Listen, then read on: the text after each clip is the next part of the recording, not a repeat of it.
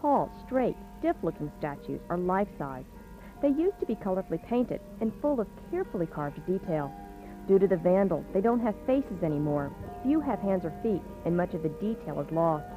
Despite all this, art historian Dixie Webb says the power of the work still holds. They just popped up out of nowhere. You're driving along this country road with beautiful valleys, and suddenly here are these very large concrete figures lined up as if they're meant to be seen along the road, as if you're meant to stop, get out of the car, and take a moment to look.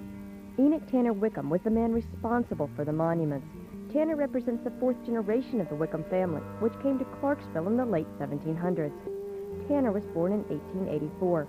He owned a lot of land, had a sixth-grade education, farmed most of his life, and raised a large family. By 1959, after his wife died and his children were married and out of the house, he started building statues alongside a stretch of his land. By the time he died in the early 70s, he made 50 sculptures. He said 100 years from now, these statues will still be here and I'll be gone. And sometimes you want to cry because they're gone. I remember the very first time that I had heard of Tanner Wickham and had the great opportunity to meet him was when I was a student at Austin P with Olin Bryant, who was head of the sculpture department at that time. And we were students, you know, doing a variety of projects and working along. And then all of a sudden, Olin would say, I want to take you out and we're going to meet someone that I think you're going to enjoy. So he'd haul 2 or 3 carloads of us together with our sack lunches, and we'd go out in the country. And there, lo and behold, was this incredible collection of sculpture and objects that was being put together and assembled by this wonderful curmudgeon of a character, Tanner Wickham. Some of them, you know, enjoyed them. Some of them reacted, you know, the fact that it was an assignment. One of the most memorable papers was a very sassy young woman who hadn't wanted to go, and she just did hers as a narrative, and she, the outrage of being required to go, and I had said it wasn't very far, and she said she started going, and it was miles and miles out in the woods, and she got there and these ugly things were there, and she was very editorial. She felt very put upon and sort of outraged. And we looked at these things and thought they were pretty doggone marvelous. And they were large, they were well constructed, and really impressive objects. So we were very, very excited to have this opportunity. And I had been exposed briefly we had been to Henry Ford Museum when I was a kid. My father used to take us all over the countryside. So we were at Dearborn, and I had been exposed to some 17th and 18th century folk art at that time, but we had never been exposed to much contemporary art, and much less knew or heard of outsider art. And it wasn't, that was the Wickham, my first Wickham experience was probably about 68 or 69. And it wasn't until I went to Cranbrook and got a master's in contemporary sculpture and met Michael Hall, who was putting together a really important collection of 20th, late 19th, and early 20th century folk sculpture and painting, that I began to appreciate what we had been looking at as students down in the hills in Palmyra, Tennessee. It's very smart and very chic to do that kind of thing now. It's one of the wonders and wickedness of democracy and public education. People have become very promiscuous and very democratic in their appreciation and accepting of art.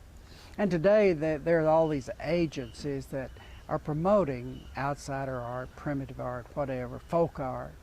It's okay, but it gets kind of absurd at some point. The figures he makes are of common folk or common experiences, blue jeans, etc. Or they're the heroes in his mind of the common folk. Andrew Jackson, Davy Crockett. He's expressing something, I think, there about the dignity of the people's lives that he understands. A lot of people we're under the impression that Grandpa wasn't all there, and that's a misconception. The only thing that Dad did besides farming and raise tobacco man was they used to, now they call it real estate. Back then it was land speculators, because that's how Grandpa Nathaniel Wickham got all this land. He was a speculator too, and he had a lot of land besides what was here. It's either 5,000 or 7,000 acres. And Dad was, he bought land and resold a lot of it. And that's the way he made his living on it, raising garden, raise corn, tobacco, mainly tobacco to sell. But he didn't work out nowhere. Grandpa went over to the Mr. Stinson's house across Yellow Creek. And anyway, it had been raining and the creek was backed up a little bit, but it wasn't deep. And he asked Mr. Stinson if he could buy 2 ox or 2 steers from him. And he said, sure. And he said, pick out a couple. And he said, that's fine. And Grandpa told him, and he said, no, I don't know when I'll be able to pay you for these. And he said, your word's good as your bond, you know. And so he said, now, Tanner, he says, I'm going to tell you something about when you get down there to Yellow Creek. He said, now, those steers will not go across the water. I don't care what you do. You can throw rocks, beat them, and everything else, and it won't go across the river or the creek. And Grandpa said, that's the only problem we got. He says, fine, I'll see you later, and I'll get you paid for these things. Well, Mr. Stinson and his boy that told me the story, he said, Daddy put me on a mule, and he said, I've got to see this. And they rode the mule down to Yellow Creek. And Grandpa put my dad up on top of one of the steers, walked around and back, and tied the steer's tails together. Walked them right out in the water, up on the other side, untied their tails. And he said he never would have believed it if he hadn't seen it. And what it did, I had no earthly idea. But it's the darndest thing I ever heard of. I don't know what it did. But anyway, it got him across the river, across the creek. My grandfather had a powerful influence on my life. I remember when I was quite young, maybe age 10 or so,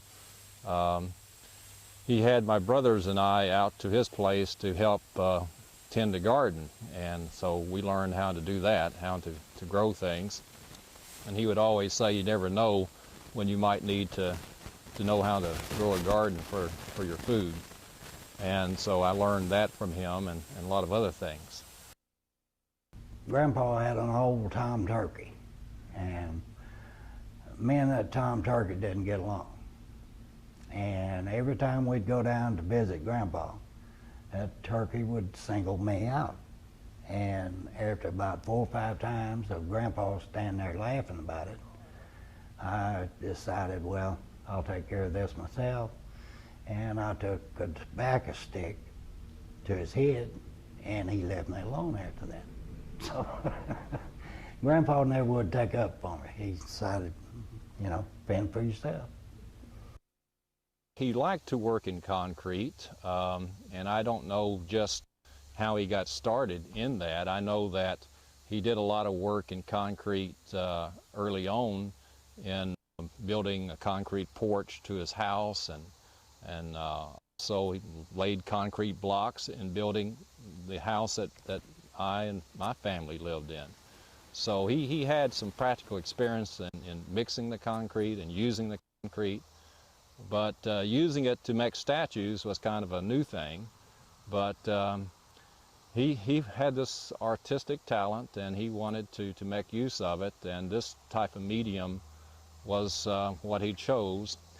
he might have had some inspiration from seeing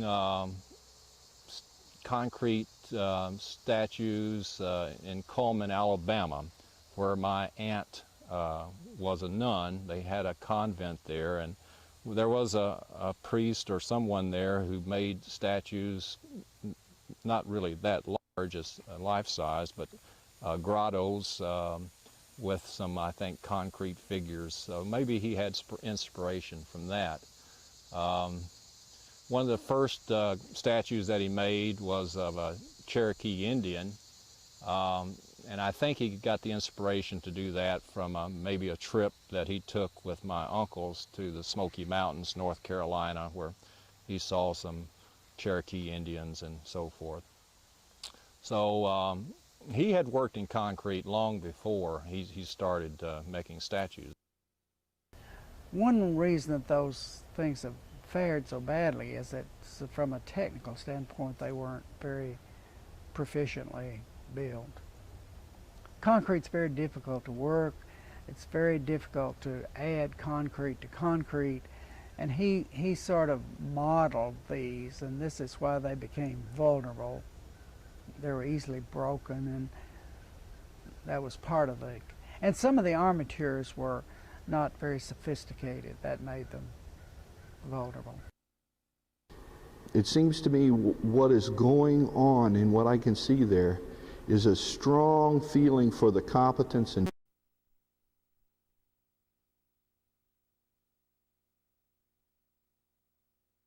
dignity of the average person. And, one way to see that, I think, is just